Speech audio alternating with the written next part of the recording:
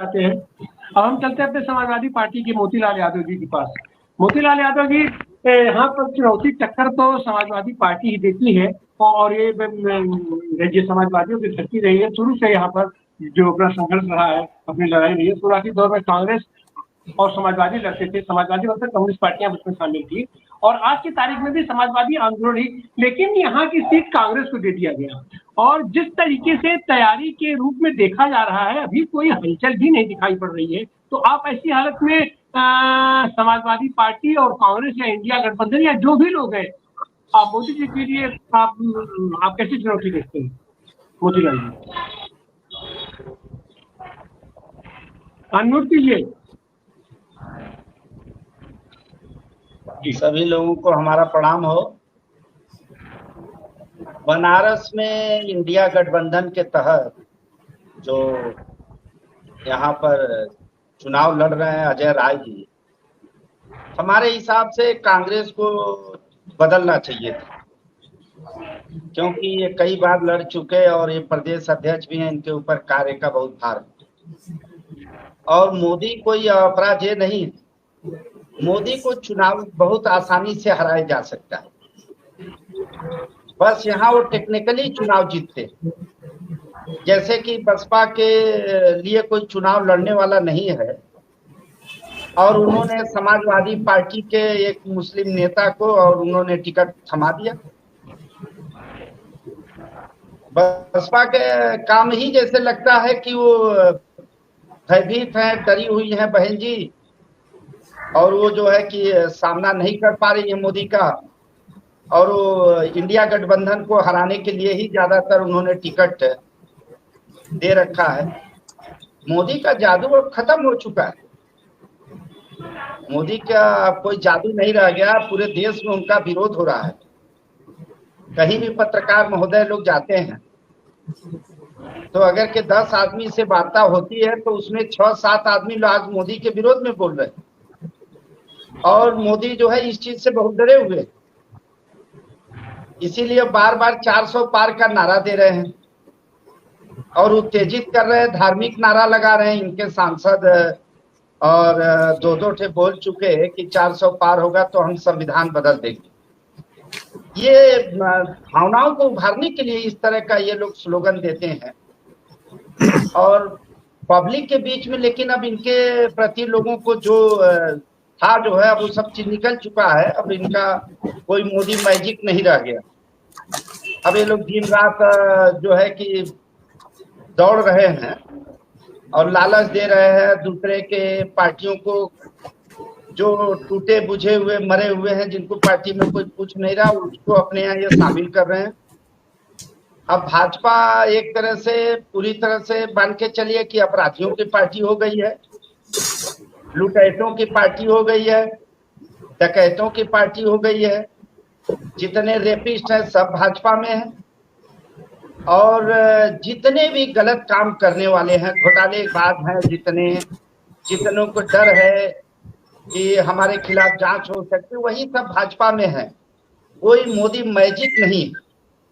अब इनका ले दे करके जो बचा है वो केवल ईडी, सीबीआई, आईटी, इसी के बल पर जौन हो ये सत्ता करना चाहते हैं। लेकिन हमको लगता है कि जनता के बीच में इनका अब मैजिक खत्म हो चुका है और इन्होंने कोई विकास किया नहीं। मोदी की एक सबसे बड़ी खासियत है कि ये जो कहते हैं उसके ठीक उल्टा काम करते। जैसे इन्होंने कहा कि हम हवाई चप्पल वाले को जहाज में घुमाएंगे, तो हवाई चप्पल वाले को किसी को जहाज में तो घुमाए नहीं, किराया बढ़ गया और एयर इंडिया को जो सरकारी था उसको बेच दिया।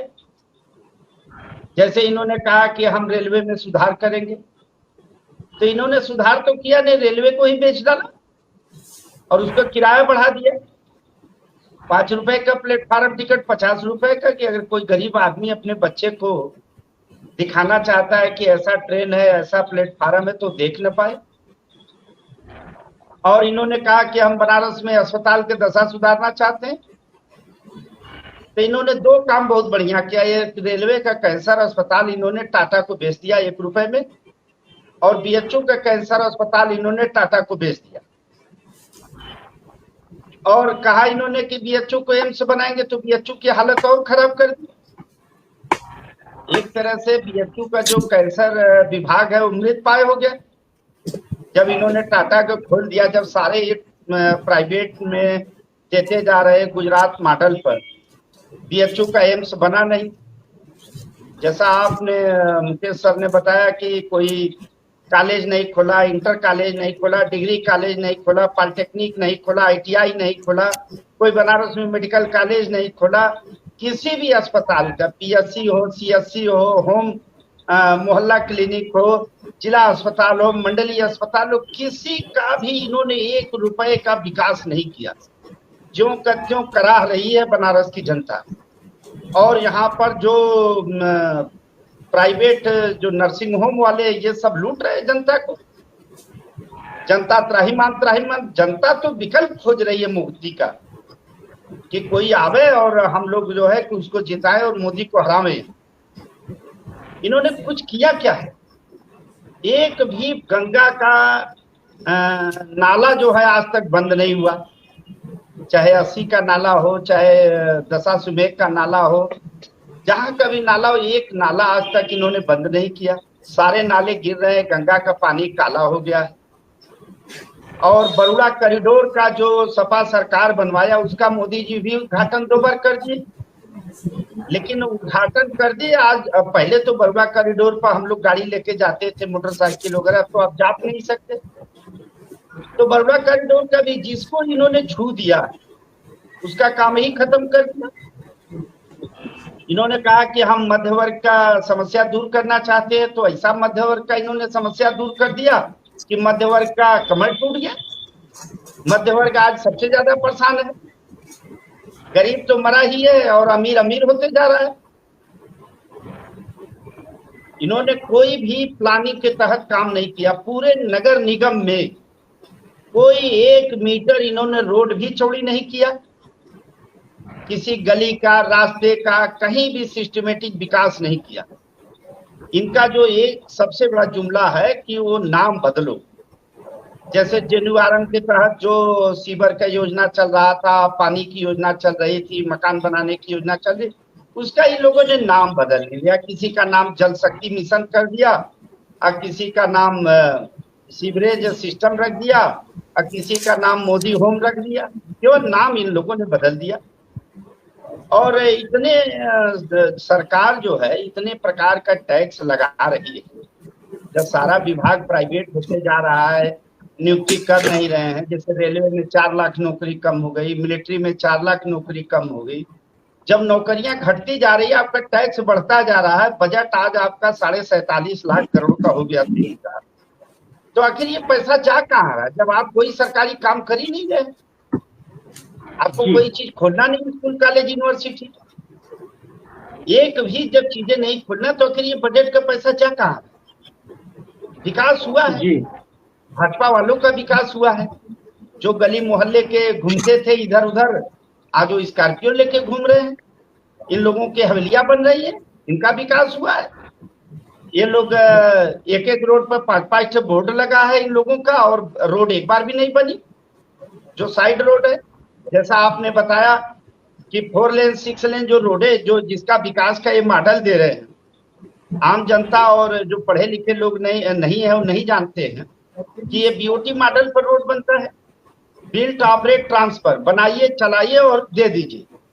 तो वो बना रहे प्राइवेट कंपनी और वो टोल टैक्स वसूल रहे हैं अपना। तो टोल टैक्स पहले कंपनी वसूलती थी, अब उसमें भी चालाकी हो गई। फास्टैग जब से आ गया तो पूरा पैसा सरकार के खाते में जा रहा है, और सरकार जो है कि ये जो रोड बनाए हैं उनके खाते में पैसा ट्रांसफर, उसमें भी ये लोग बचा ले रहे हैं। तो पैसा जा कहाँ आ रहा है जब ये विकास नहीं कर रहे हैं? और इनकी सबसे बड़ी खासियत है कि जो ये कहते हैं, समझ लीजिए कि काम उसके ठीक उल्टा होना। किसी चीज को सुधारने की बात कर रहे हैं तो मान के चलिए कल ये बिक जाएगी। अब हालात अगर कि इस बार जीत गए तो नई रेलवे लाइन बीत जाएगी, अडानी की, अंबानी की बीत जाएगी, और उसका सर्वे भी चल रहा है। कहीं ग्रीन फील्ड बनेगा, उनकी रोड पूरी तरह से प्राइवेट की रहेगी, और धीरे धीरे जो सरकारी जो रेलवे लाइन स्टेशन है वो कबाड़ा हो जाएगा, जैसे सरकारी स्कूलों की दशा इन्होंने बना दिया। स्कूल तो जी, मोतीलाल जी। खुला नहीं है और जो है वो भी बंद होते जा रहे हैं और दशा इस देश की बहुत खराब होती जा रही है। मोदी मैजिक खत्म जी, हो गया मोतीलाल है, जी, पूरे देश में ये हार रहे हैं। फिर और आपके पास आते हैं।